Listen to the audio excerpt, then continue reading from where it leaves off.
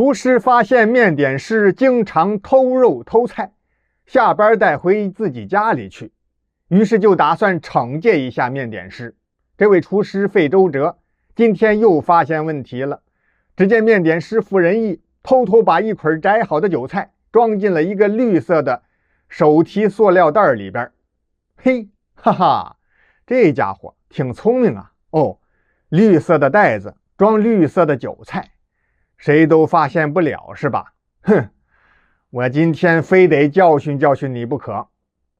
厨师费周哲手托着下巴想了想，哎，有了，就这么办。费周哲从后院的牛蛙池里边捉了一只半死不活的大牛蛙，趁着面点师傅仁义上厕所的时候没人注意，费周哲就把牛蛙塞进了那捆韭菜里边。哼，这要是回家打开塑料袋之后，起码得吓他傅仁义一大跳。叫你偷，贪便宜没够的东西。厨师费周哲心里挺高兴，觉得自己做了一件很正义的事情。到了下班的时候，饭店老板忽然让面点师傅仁义到楼上办公室去一趟，不知道是要交代什么事情。临上楼去见老板之前，傅仁义就把装着韭菜的绿色塑料袋子交给了他的妻子张开花。张开花是饭店的服务员，她拎着丈夫递过来的手提袋，打算先一步回家去收拾家务。走路经过饭店前堂的时候，张开花就感觉手提袋子自己在动，她也没多想，手伸进袋子里就摸，可不得了了，原来是牛蛙憋得难受，挣扎着从韭菜捆里边钻出来了，在手提袋里边雇佣，想逃命。被张开花用手一抓，牛蛙闷呱呱这么一声叫，再加上牛蛙的身子肉乎乎滑不溜秋的，可把张开花给吓着了。感情这张开花有心脏病，胆子还特小，当时就犯了病了，晕倒在地。在场的有饭店员工，有来吃饭的客人，大家一阵忙乱，七手八脚的，也不知道该怎样抢救。幸好有俩机灵的，一个拨打急救电话，另一个上楼去告诉老板。面点师傅仁义跟着老板石德奇一起下楼赶到现场的时候，张开花面色苍白，嘴唇发紫，已经完全失去了意识。随后救护车就到了，大家伙伸手帮着医护人员将张开花抬上了车。救护车一路鸣笛，就赶往了医院。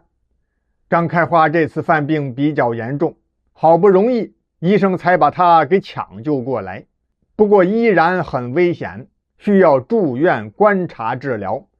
饭店老板石德奇一问，才知道张开花是被一只牛蛙给吓的。哦，合着是面点师傅仁义偷了一捆韭菜，让自己的老婆带着回家，结果韭菜里边有一只牛蛙。其实老板早就知道傅仁义经常偷菜，今天下班的时候把他叫到办公室，就是想先表扬一下他的技术和职业表现，然后策略的用言语敲打敲打他，让他以后注意做人的细节问题。可还没说几句话呢，就有人跑到办公室，说是张开花晕倒在大堂了。现在看来，傅仁义偷韭菜这事儿是很清楚的，不过他也不可能自己用牛蛙吓唬自己的老婆呀，更何况他老婆有心脏病，他比谁都清楚。各位，是谁把牛蛙放到傅仁义的包里的？自己说吧。被集合起来的厨师、服务员、洗碗工，包括采购和会计在内，一个个面面相觑，谁也没话可说。这时候厨师费周哲心里最害怕了，他想要站出来说，就是我就是想教训教训这偷菜的贼，可是没敢。他也假装很平静很疑惑的样子，不知道是谁。好吧，既然不是咱们内部员工干的，我只好报警了。老板石德奇真就拨打了报警电话，警察刚到，厨师费周哲就承认了，那酒菜里边的牛蛙是我放的，我是看傅仁义经常偷饭店的菜，想吓唬吓唬他，让他别再偷东西了，没成想却吓到了他的老婆。我也不知道他老婆有心脏病啊。民警了解清楚真实情况之后，说这事儿完全可以你们饭店内部处理，有其他的问题再说。警察走后，厨师费周哲主动表示愿意出医药费，把张开花看病的费用全部承担。可面点师傅仁义不干，什么？出医药费就算完了？不行，我老婆现在还在医院住着呢，误工费咱先不说，就说这身体以后还不一定会是个什么样子呢，咋说也不可能恢复到以前的状态了。这后半辈子我们两口子可怎么过啊？费周哲必须赔偿200万。费周哲这么一听，差点蹦起来，把我卖了也没有200万呢，你这不是明着敲诈勒索吗？傅仁义可不管那个，你不赔钱也好办，一纸诉状就告到了法院。这边刚立案，医院传来了消息，张开花的病情又加重了，有性命之忧。饭店老板石德奇的岳父是一位退休的老名医，这一天到女婿的饭店庆祝90大寿。老先生认识面点师傅仁义，听说了这件事情之后，专门跟傅仁义喝了一杯酒。仁义啊，我有话直说，以我的经验，你媳妇这病啊，能不能好过来，主要就看你的了。傅仁义不明白这是什么意思，老先生就告诉他说，你媳妇现在本身就在病中，需要静养，你却一个劲儿的要打官司，让她怎么能踏实啊？另外，你们把厨师费周哲当作仇人，张开花心里充满了仇恨，对他这个病也是大大的不利。最好是不要打官司了，既然费周哲愿意出医药费，你们就各自认个倒霉，一个破财，一个受点病苦，和和气气让这件事情过去，心情顺了，病自然也就能好了。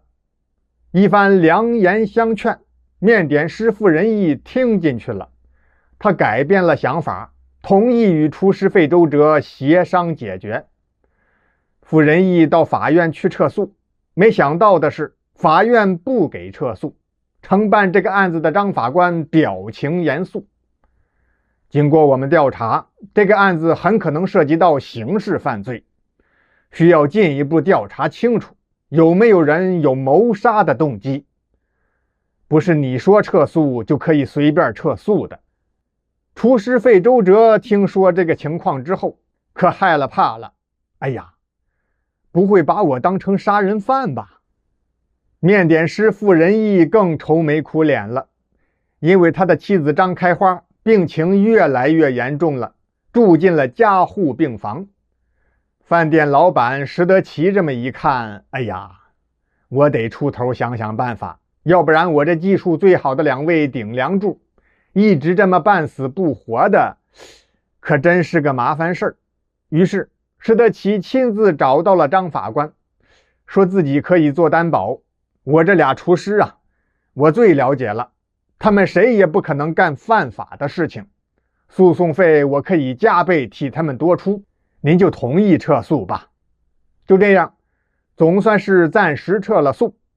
张开花得知这个情况之后，心里头轻松多了，病情逐渐好转，竟然很快恢复了健康，出院回家了。经过这件事情之后，厨师费周哲、面点师傅仁义和妻子张开花都十分感激老板石德奇。